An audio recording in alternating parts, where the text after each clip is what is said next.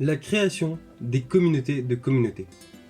Depuis les années 1990, les recherches sur les structures informelles composant l'entreprise se sont multipliées.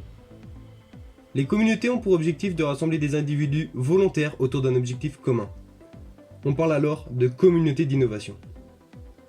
Alors que le besoin d'innovation augmente fortement, celle-ci offre aux entreprises un support pour accumuler des connaissances. Mais, afin de bénéficier du potentiel créatif de ces communautés, l'entreprise doit parvenir à capter leurs innovations sans les étouffer. En effet, les communautés d'innovation sont souvent autogouvernées. Elles rassemblent des membres passionnés de manière spontanée et informelle. A l'inverse, l'entreprise est hiérarchique, elle relie des individus entre eux sans intérêt comme dans un cadre contraignant et formalisé. Afin de permettre à l'entreprise d'exploiter les innovations tout en préservant les communautés, deux grandes approches sont identifiées. Le pilotage des communautés par l'entreprise et le développement d'une strate intermédiaire entre les communautés et l'entreprise, autrement appelée middle ground. D'après les penseurs pragmatistes américains, l'activité est au cœur de la formation d'une communauté. L'activité commune de John Dewey rassemble des personnes aux compétences proches ou communes, alors que l'activité conjointe rassemble des personnes aux compétences complémentaires. Cela permet de mieux renforcer la production en augmentant l'interdépendance et la complémentarité des hommes.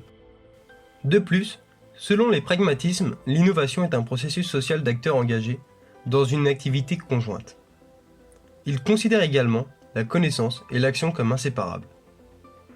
L'abduction, qui consiste à imaginer différentes manières d'agir, permet d'innover dans des environnements complexes. Elle se base sur des faits surprenants, non expliqués pour émettre une hypothèse nouvelle. Les pragmatistes considèrent que seule l'abduction permet de générer des idées nouvelles. Cela correspond aux communautés d'activités conjointes, réunissant des participants ayant des points de vue différents et complémentaires.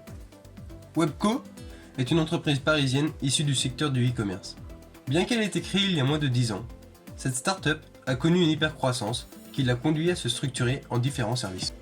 Une étude a été menée en juin 2019 dans l'entreprise Webco. Afin de mieux comprendre l'enjeu auquel était confrontée l'entreprise, soit se professionnaliser sans étouffer son tissu communautaire innovant. À son lancement en 2016, Webco avait une dizaine de salariés, au profil et domaines de compétences variés, formant un solide groupe d'amis. Tous étaient très impliqués dans la vie de leur entreprise. Actuellement, grâce au développement de l'entreprise, 400 salariés sont scindés en communautés de ressemblance. Chaque recrue s'engage dans le travail en souhaitant préserver un équilibre entre la vie professionnelle et personnelle.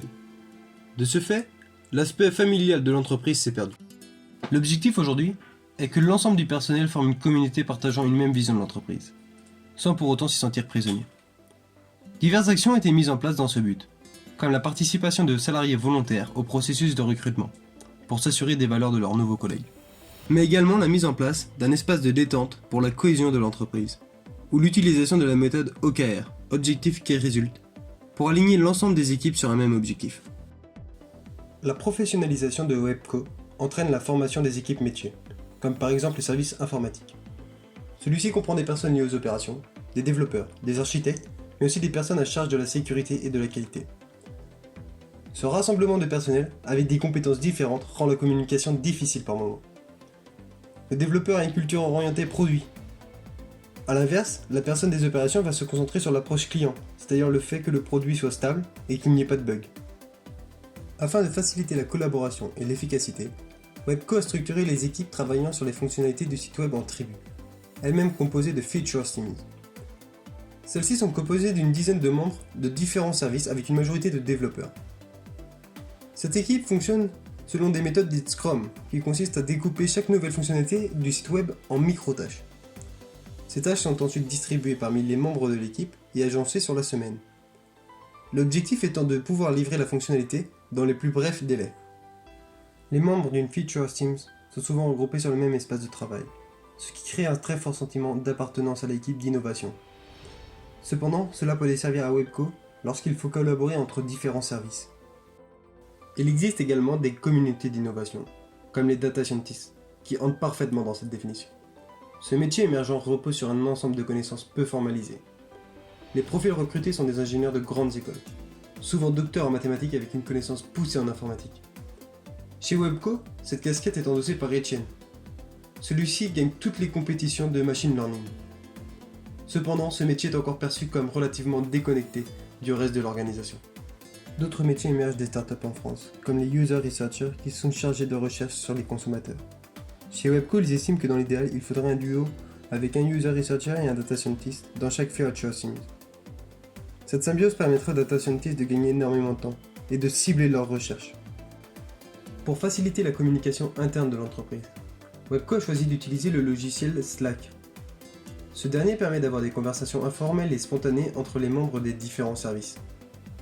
De plus, ce logiciel permet d'avoir différentes chaînes de discussion, chacune d'elles correspondant à une tâche précise qui sont visibles par tous les membres de l'entreprise.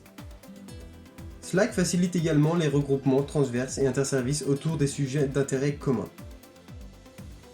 L'étude de Webco montre que derrière la structure formelle de l'entreprise se trouve une communauté de destin. Ces communautés sont par nature innovantes, car elles regroupent des personnes ne se côtoyant pas habituellement autour d'un projet commun. Progressivement, des communautés de ressemblance se créent autour des projets locaux. À ce moment, l'innovation repose sur l'articulation de ces groupes spécialisés au sein du collectif. Les dirigeants d'entreprise ont donc pour mission d'instaurer une tension créatrice, pour regrouper l'ensemble des équipes au sein d'un récit commun et de créer une certaine stabilité. Ce modèle peut être appliqué aux outils technologiques qui, selon leur utilisation au sein des communautés, peuvent renforcer la créativité. Au contraire, ces outils peuvent également réduire le lien social et donc les performances d'innovation. Cependant, avant de tirer plus de conclusions, ce modèle demande à être validé et enrichi par d'autres études. Suite à cette étude, nous avons perçu cette méthode de travail informel comme enrichissante, permettant de renforcer la cohésion d'équipe tout en générant des idées innovantes avec une multitude de points de vue. L'outil informatique ainsi que les nouvelles technologies facilitent le quotidien de beaucoup d'entreprises. Cependant, l'innovation est le plus souvent liée à des échanges entre communautés, ce qui nécessite des discussions en présentiel afin d'évoluer vers un même projet.